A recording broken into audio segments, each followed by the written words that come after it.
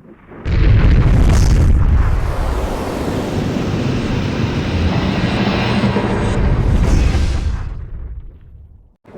સ્વામિનારાયણ વાલા હરિભક્તો.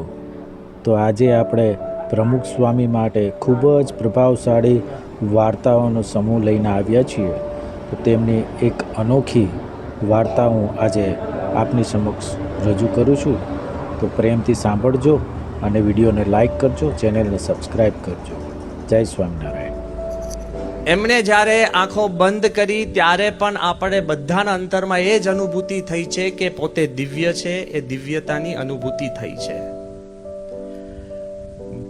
પરમ પૂજ્ય મોરારી બાપુ પણ જ્યારે પધાર્યા સ્વામીશ્રીની અંતિમ આરતી કરવા, અને એ કર્યા પછી એમણે આપણને કેવળ નહીં, જગ જાહેર જનમેદનીને એમણે વાત કરી કે અત્યાર સુધી મારા જીવનકાળ દરમિયાન ક્વોટ અનક્વોટ હું આપને કરું છું કે ઘણા સંત મહાત્માઓની વાતો સાંભળી છે, કરી છે, મળ્યા છે અને બધા જ પ્રભાવશાળી છે.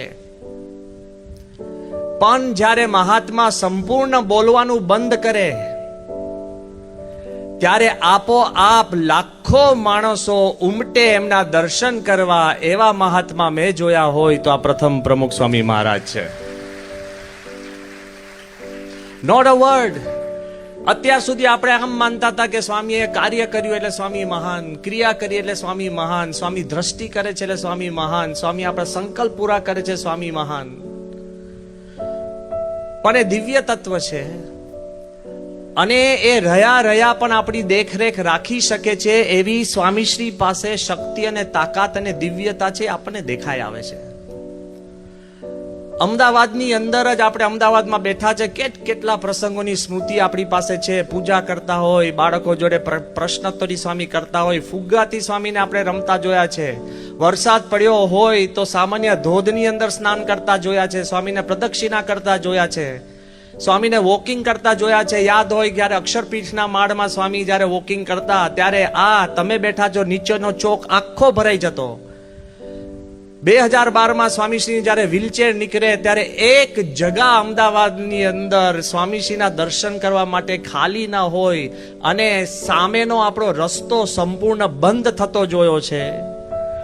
ટ્રક વાળા, બસ ડ્રાઈવર, બસમાં બધા ઊભા થતા સ્વામીના દર્શન કરતા જોયા છે. આ બધી જ વાત છે.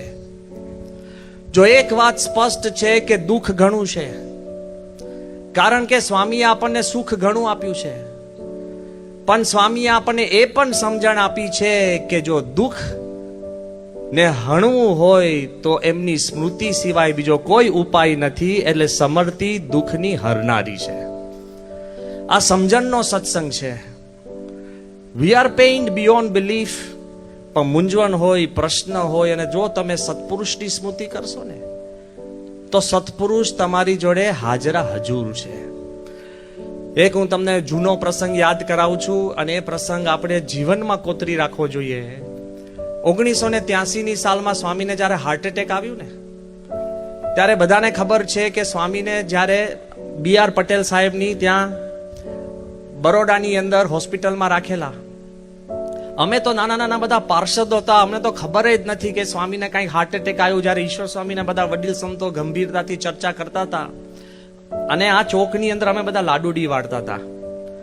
અને પછી આવીને અમને વાત કરી કે બાપાને આવી રીતના હાર્ટ એટેક આવ્યું છે અને સિરિયસ, અને કોઈએ સ્વામીને મળવાનું નથી કારણ કે ઇમોશનલ થઈ જાય તો પ્રશ્ન થાય. એટલે હોસ્પિટલ તો કોઈ જવાની વાત જ નથી. સંતો નતા જતા, સદગુરુ સંતો નતા જતા. જે 2-3 જણે કામ હોય એ જતા હશે. અમારે તો કોઈ કલ્પના જ નથી ને ચાન્સ જ નહોતો. પણ અમે બધા પાર્ષદોએ ભેગા થઈને એક કૃષ્ણ સ્વરૂપ સ્વામી પાસે જઈને એક પેઇન્ટિંગ કરીને એક કાર્ડ બનાવ્યું હતું, ગેટ વેલ ઇમિડિયેટલી. નાનું કાર્ડ પેઇન્ટ કરીને આખું સિલ્વર ગેટ વેલ સૂન કાર્ડ આવે ને, કારણ કે અમે બધા 15, 17, 16, 18 વર્ષના બધા નાના પાર્ષદો હતા.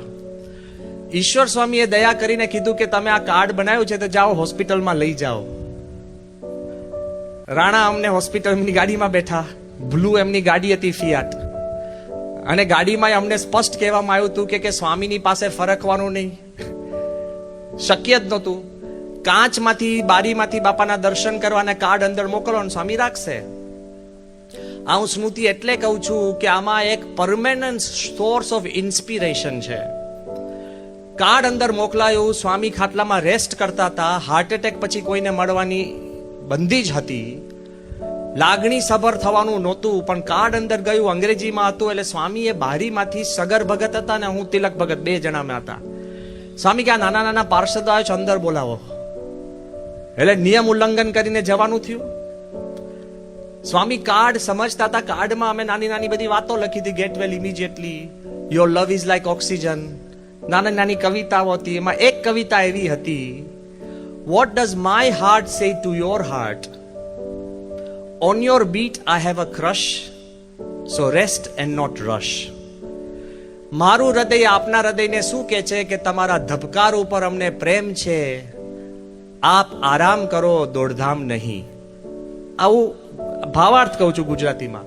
સ્વામી એક એક વાત પ્રેમથી, સ્વામીએ કાર્ડ એમની છાતી પર મૂકીને કાર્ડ જોતા હતા. અને પછી તરત વારો થઈ ગયો એટલે બધા અમને કે જાઓ બારે બધા.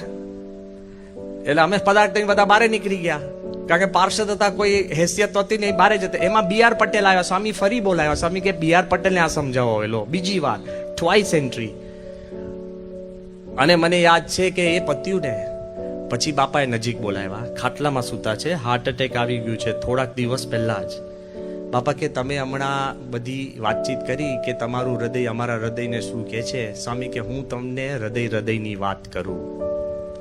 બાપા કે તમે બધા ત્યાં છો અને હું અહીંયા. તમે અમને યાદ કરો અને અમે તમને યાદ કરીએ, એ આપણા હૃદયની વાત છે.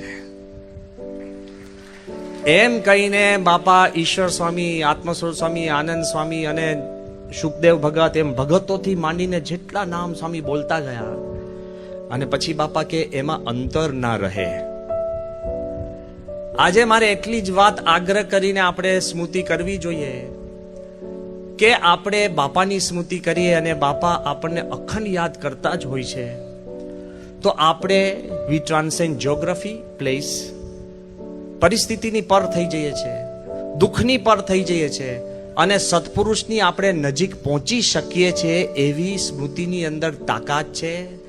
આજે પણ બાપા જોડે આપણે વાત કરવી હોય તો દિલથી તમે બાપાનો કોઈ પણ પ્રસંગ નિહાળ્યો હોય, તમે સ્મૃતિ કરશો, એ 100% હાજર થશે. એવી દિવ્ય શક્તિ સ્વામીના છે. આ તમે ને હું આપણે વાત કરીએ એ વાત નહીં. જ્યારે ડોક્ટર કલામે બાપાને આગ્રહ કર્યો કે તમે ગમે તેમ કરીને રાષ્ટ્રપતિ ભવનની અંદર પધરામણી કરો અને 700 સંતો જોડે, અને સ્વામી કહ્યું કે આપણે એવું નથી કરવું. અને પ્રમુખ સ્વામીએ જ્યારે કલામ સાહેબને કહ્યું કે સાહેબ તમે મને જ્યારે જ્યારે યાદ કરશો ત્યારે હું તમારી સાથે રાષ્ટ્રપતિ ભવનમાં છું જ. અને કલામ સાહેબ એમની પુસ્તકમાં ને અવારનવાર અમને કહ્યું છે કે જ્યારે જ્યારે મેં સ્મૃતિ કરી હોય, શ્રીલંકામાં હોઉં ને કોન્ફરન્સમાં યાદ કર્યો તો મને અહેસાસ થયો છે કે પ્રમુખ સ્વામી સાથે છે. એડિનબરાની અંદર મને એવોર્ડ અપાતો હોય ને મેં યાદ કરાયો તો મને અહેસાસ થયો છે. યુરોપિયન પાર્લામેન્ટની અંદર પ્રવચન કરતો હોઉં અને મેં પ્રમુખ સ્વામીને યાદ કર્યા હોય તો મને અહેસાસ થાય કે મારી ભેગા છે. જે કલામ સાહેબે કંઠી પણ નથી પહેરી અને કદાચ પૂજા પણ નહોતા કરતા, એ કલામ સાહેબ સ્મૃતિ કરે ને પ્રમુખ સ્વામી હાજર થાય તો તમે ને હું સ્મૃતિ કરો તો હાજર ન થાય એવું બને જ નહીં. There is power. અને તમારા મારી કોઈ લાયકાત જ નથી, એની દિવ્યતાના કારણે હાજર થાય છે. અને everybody will feel and realise, જો આપણે આ કરી શકીએ દિલથી તો એ અનુભૂતિ થાય જ છે. વાલા મિત્રો અને વાલા હરિભક્તો, જો તમને આ વિડીયો પસંદ આવ્યો હોય તો કૃપા કરીને અમારી આ ચેનલને સબસ્ક્રાઈબ કરજો, વિડીયોને લાઈક કરજો અને બને ત્યાં સુધી આપણા સંધાય હરિભક્તોને આ વિડીયો શેર કરજો. જય સ્વામિનારાયણ.